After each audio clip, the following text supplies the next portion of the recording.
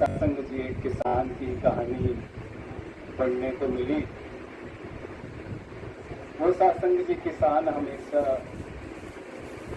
वो शिकायत करता प्रभु से कि हे प्रभु, जब भी मैं फसल बोता हूँ तो ये क्यों तुम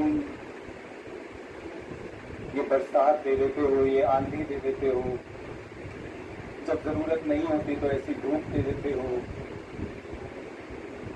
लगातार सत्संग जी वो एक शिकायत का रूप, वो एटीट्यूड, हमेशा क्रेविंग। तो सत्संग जी एक दिन जो उस कहानी के मुताबिक प्रभु साक्षात आते हैं और उससे कहते हैं कि हमेशा जब भी मैं देखता हूं तुम प्रार्थना की जगह ये शिकायत का रूप, तो तुम चाहते क्या हो। तो सत्संग जी वो कहने लगा कि मेरे मुताबिक जब मैं फसल बोता हूं तो मौसम ऐसा होना चाहिए, धूप ऐसी होनी चाहिए। तो प्रभु उससे इच्छा देते हैं कि जाओ, इस बार जो फसल तुम बोओगे तुम्हारे मुताबिक ही मौसम रहेगा, तुम्हारे मुताबिक परिस्थितियां रहेंगी। सत्संग जी वैसे ही हुआ, जैसा जैसा उसने चाहा वैसी वैसी बरसात हुई, जैसा उसने चाहा उतनी धूप निकली, उसी समय धूप निकली। कोई आंधी नहीं, कोई तूफान नहीं। सत्संग जी जब वो देखता है फसल काटने का टाइम, तो फसल बहुत ऊंची ऊंची, बहुत हरियाली उसके खेत में, बहुत खुश हुआ। लेकिन जब वो फसल काटी तो उसमें वो अनाज, उसमें वो प्रोडक्ट भी नहीं जो अक्सर आता। तो फिर सत्संग जी रोए और प्रभु को याद किया कि ये क्या हो गया, मैंने तो हर चीज अपने हिसाब से परफेक्शन से करी, फिर भी वो अनाज क्यों नहीं, वो फसल क्यों नहीं, वो दाना क्यों नहीं। सत्संग जी प्रभु प्रकट हुए और समझाया ये तेरे मुताबिक तुझे लगता है कि ये बरसात हुई, और प्रभु को याद किया कि ये क्या हो गया, मैंने तो हर चीज अपने हिसाब से परफेक्शन से करी, फिर भी वो अनाज क्यों नहीं, वो फसल क्यों नहीं, वो दाना क्यों नहीं। सत्संग जी प्रभु प्रकट हुए और समझाया कि तेरे मुताबिक तुझे लगता है कि ये बरसात क्यों, ये आंधी क्यों, ये धूप क्यों, लेकिन मुझे पता है मैं इस सृष्टि का रचनहार हूं। कब किसको कितनी धूप देनी है, कब कितनी आंधी किसके लिए जरूरी है, कब बरसात जरूरी है। सत्संग जी हम मनुष्य की भी हमारी गलती यही है कि हमेशा ये शिकायत कि जिंदगी में ये क्यों हो गया, वो क्यों हो गया, इस समय तो ऐसा नहीं होना चाहिए था, इस समय नौकरी क्यों बदली, इस समय मेरी सेहत को क्या हो गया। लेकिन सत्संग जी हम भूल जाते हैं जिसने सृष्टि बनाई, उसने इसका एक एक क्षण, एक एक पल खुद प्लान किया। बड़ा ही मिराकुलसली उसने सब कुछ एक एक क्षण प्लान किया।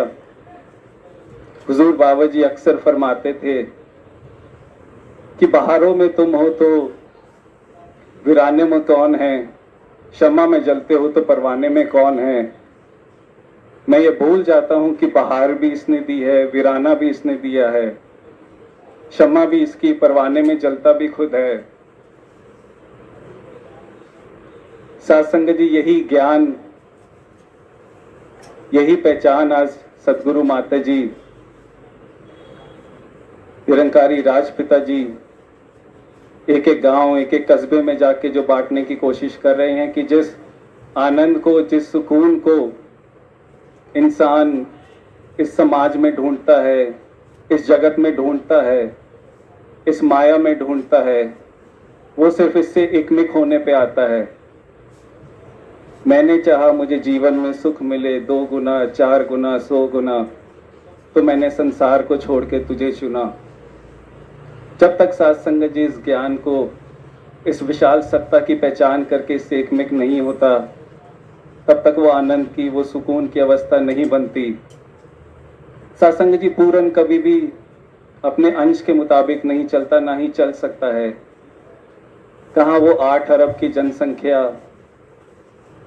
और सबकी अलग अलग वो विश लिस्ट, हुजूर माता जी भी फरमा रहे थे विचारों में कि वो विश लिस्ट भी ऐसी जो आज कुछ और है और कल सुबह तक कुछ और।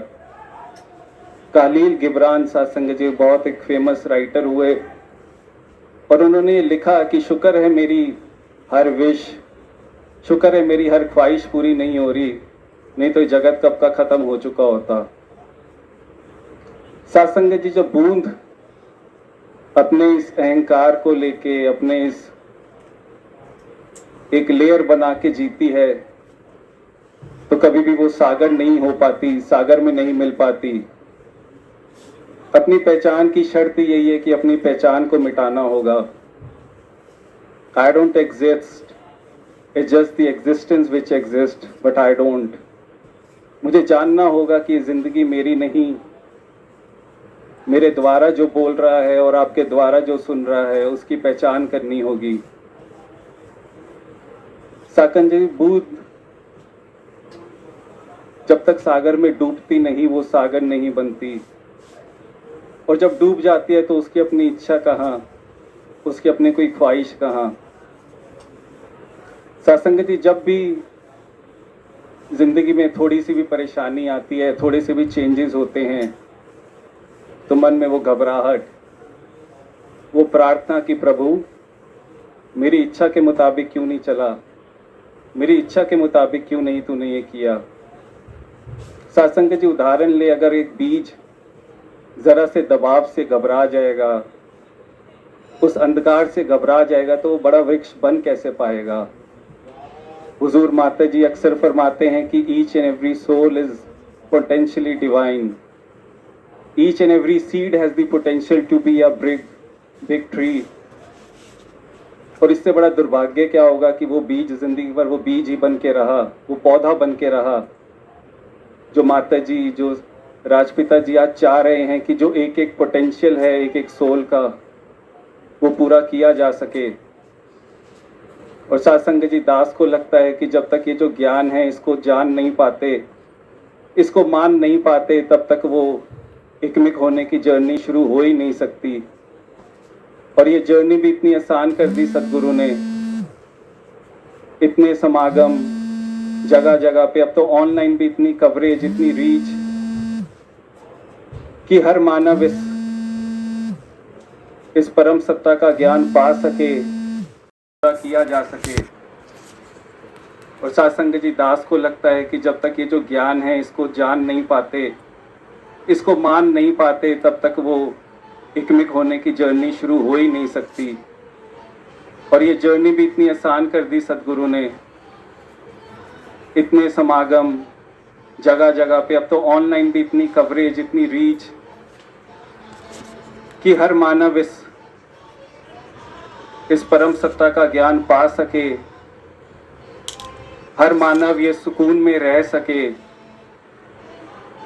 सुकून जो अंतर मन का, जो मेरे कोर का। और सत्संग जी जब तक ये कोर इस निरंकार से नहीं जुड़ता तब तक वो सुकून हासिल होने वाला नहीं है। तो अंत में दास को यही लगता है, दास अपने लिए और हम सबके लिए, कि अगर शामिल ना हो सका ये किस्सा तुम्हारा तो मेरी ये दास्तान कुछ भी नहीं।